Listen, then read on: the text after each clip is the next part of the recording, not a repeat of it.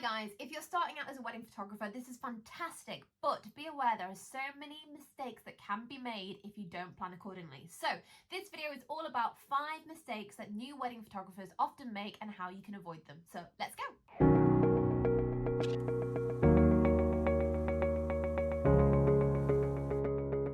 Number 1 is insufficient preparation. So this is basically not being prepared for the wedding day itself. It's really simple, but it can go wrong. And what I mean by this is simple things like getting to know the venue, maybe doing a location scout before the wedding day. So if you're brand new to wedding photography, maybe check out the venues before you go so you know what to expect, what the lighting could be like, what the type of shots you could have. Also, you can check on Instagram and look at the location there as well and see what kind of photos people often take, what photos get the most likes or the most interactions, because you want to deliver something that the venue will like as well as the couple. Another thing that people fail to do is actually know the timeline in and out. So from the very beginning to the very end, you need to know where you need to be, who you need to be with, everything in between. The best thing you can do is make sure you prepare for this beforehand, but also have a copy of the timeline either on your phone, and I actually have it on a printout as well, because let's say you have no signal, if you have a printed copy you can quickly pull it out and reference where you need to be at that time of day. Using that timeline and scouting the venue, you can also create some shot lists so you know what kind of shots you need to get in advance, so when you get there on the wedding day you're not going to be completely blank and not sure what to do, but you basically need to prepare beforehand. So don't make the mistake of not feeling prepared before the wedding day. Scout, have an idea of the timeline, and if you haven't been to a wedding before, get to know what happens at a ceremony, a wedding breakfast, speeches and dances as well. All of those things are super crucial. Number 2 is over-promising to your clients. Now, if you're brand new and starting out, it is common to kind of fake it till you make it. However, you want to make sure that you communicate to your clients what they can expect. Don't overpromise and underdeliver, because you'll just end up with very unhappy, unsatisfied clients. So if you are just starting out, maybe it's your first wedding or your 5th wedding, you always want to make sure that they are aware of this. Like, you can say to them, my photography skills are on par with, I'm very good at doing this, but just to make you aware that I'm still learning as I go along, so these are the kind of things that you can expect. And you want to make sure that their expectations are met as well. So you want to ask them what kind of things they are expecting for their wedding day and what kind of photos they want to deliver. You don't want to just have someone book you and expect amazing professional 10-year plus photography experience. You want someone to know that you are starting out and this is what you can deliver. So do not overpromise. That's number 2. Do not overpromise. That kind of leads me into my next point, which is number 3, poor communication. It is so important to have a journey with your clients before the wedding day. What I mean by this is getting them on a phone call, or even more importantly a Zoom call or a virtual call, where you can really communicate everything from start to finish. What I do is I like to do a consultation when they first book me. I get to know what their expectations are, what type of photos they're after. Do they like more candid, over documentary? Do they love pose photos? I want to know what kind of expectations they have from the very beginning, because they would have seen so many different portfolios. They might have expectations all over the place. So having communication at the beginning and actually saying, yes, I can deliver that, will help set their expectations and communicate with them that yes, you can do their wedding. What I like to do as well is I like to send out a monthly newsletter, and that has monthly tips and tricks such as confetti shots ideas, posing ideas, what happens if it rains on your wedding day. You can do that, but if you don't have that many couples, don't worry. What I would recommend is having a final call with them, and that will be a very, very in-detailed call with them before the wedding day. What you do is you'll go through the entire timeline with them, from very beginning, bridal prep, what photos you want at bridal prep, what photos you want at the ceremony, what photos you want group photos, how do you feel about your own photos, talking at every element of the day. So that way your expectations are going to be met with theirs. They know that you have got it. You're not going to arrive on the wedding day and just be super confused because you don't know what you should be shooting. It's so important to have that communication and tell them what they're receiving, how they're going to receive it as well. And basically the more you speak to them, the more you get to know them, and you will hopefully know what kind of vibe they'll be on the wedding day when you meet in person. It's super important to do this because you want to build up trust with your clients. So regular communication will keep reassuring them that yes, they've booked the right person, and they can also feel confident to reach out with any questions, and you might give them ideas for questions that they didn't even know they had. So make sure you have good communication with your clients. Number 4 is all about equipment. Make sure as a new wedding photographer that you have the right equipment for a wedding, because these days are fast paced. You need certain camera lenses for certain types of shots. you need certain lighting stuff for certain conditions. So this kind of goes in hand with point number 1 of doing your research about the venue. If you know it's a very dark venue, you need to make sure that you have lenses and flash maybe to deal with those lighting conditions. Basically, you want to make sure that your equipment can handle the situation. If you want to do lots of candid photos, you want to make sure you have a zoom lens so you can be far away. You don't want to have a 50 and constantly be close up to people. You want to make sure that your equipment is up to standard. Now, I am aware that as a new wedding photographer, you do not have the budget for this. You don't. Maybe you do, but most 99% of the time, you will not have the budget. So, hire equipment.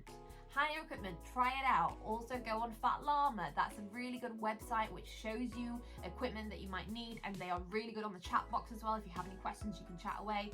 There's also Lenspimp. There's so many different locations that you can hire equipment from. So if you feel like you're not able to invest just yet, don't panic. Just hire things slowly, get to grips with the equipment as well, and then you know when you have budget, you can finally spend that budget on something that you know you love. Another thing is you need to make sure that you have memory cards. Memory cards, memory cards, memory cards. I take extra on the wedding day. I take so many memory cards because you never know if you might fill up your cards more than you thought you would. But you might also have a corrupt card on the wedding day. And let's say you only have 2 cards on one camera.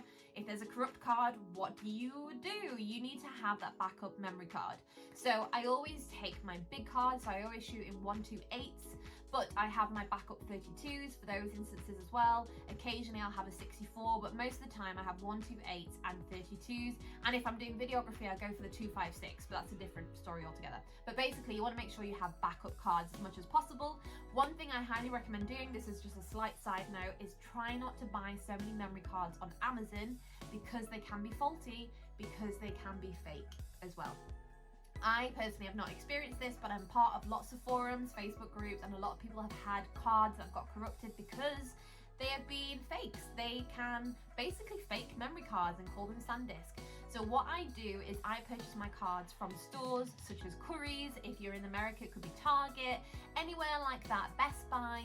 But basically, if you have a corrupt card, you can go in person and swap them as well. It's less of a hassle than doing it on Amazon, and you're less likely to get a fake card. So make sure you have really good equipment. Obviously, extra batteries is crucial as well because you don't want to run out of batteries on the day. I also have a charger that I take with me on the wedding day. Let's say I'm shooting loads and I've never had to really use it, but if I have some downtime, I will just put a little bit of juice back into my cameras if I need to.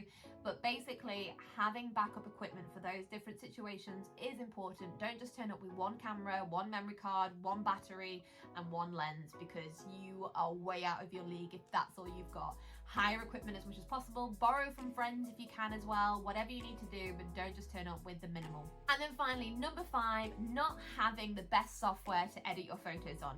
Now, some people end up editing things on Photoshop or have a cracked version of Lightroom. You want to make sure that you have the full subscription to a current Lightroom. The good thing about this is because they are constantly updating Lightroom, if you do have a cracked version, you aren't able to update them and you're not going to have the best out of what you can get. So do spend that little bit on having proper Lightroom, get to grips on how to use it. So basically having something like Lightroom is so crucial to have up to date. They will release brand new updates that get rid of bugs, and also they have so many cool features that they keep releasing. So you want to make sure you have Lightroom up to date. Also, talking about computers, you want to make sure that you have an online gallery delivery system as well already lined up. This can be Pixieset, CloudSpot, there's so many. There's too many to even remember right now. I personally use CloudSpot. I do have a code which I'll link below, but basically having a professional looking gallery will really enhance your client's experience when they get their photos. If you are just WhatsApping them or emailing them in a Dropbox, it's not the same feel. It's a bit clunky. They have to download the file, they open it in Windows or Mac Finder Viewer, and it's not ideal. However, if you have an online delivery platform such as CloudSpot, you basically are able to put all your photos in there. They load a lot faster than they would on any other sort of site because they're kind of programmed to do high resolution. I don't know the technicalities, but basically it is such a better user experience. They can view them all smoothly, it loads faster, they've got their own URL that they can share out to other people as well, and the benefit to that is people will get that link and be like, oh, I might want to contact this photographer, what's their name? Your name is there plastered. If they only have a WeTransfer link, There's no name there. You can't get referrals from that. So having an online platform to deliver your photos is so crucial for your client experience. This is something that not everyone does when they start out. They say, oh, maybe I don't need it because I only have 3 weddings this year. It's fine. Like, I think Pixieset and CloudSpot do a free version that you can do a super discounted rate, and when you start doing more and more weddings, you can just update your subscription. Not sure how Pixieset works, but like I said, I do have an affiliate link with CloudSpot that you can get some percentage off. I will link that below as well. So avoiding these 5 mistakes will really help you build your wedding photography business from the very beginning, and you will really enhance your client experience and make sure you keep growing as you go along. So maybe 6 months down the line, maybe 1 year down the line, you will really be at a position where you can be turning people away because you've already got them booked, or maybe you're even out of people's budget because you have basically established yourself properly as well. So those were my 5 tips. If you have any questions, please let me know in the comments below. Please share anything you want to share in your comments as well. I love reading them all. If you love this video, please subscribe. I release a brand new video on wedding photography and videography every Friday. And please give me a follow on Instagram and check out my website as well if you want to. Thank you so much for watching, guys. Take care. Bye-bye.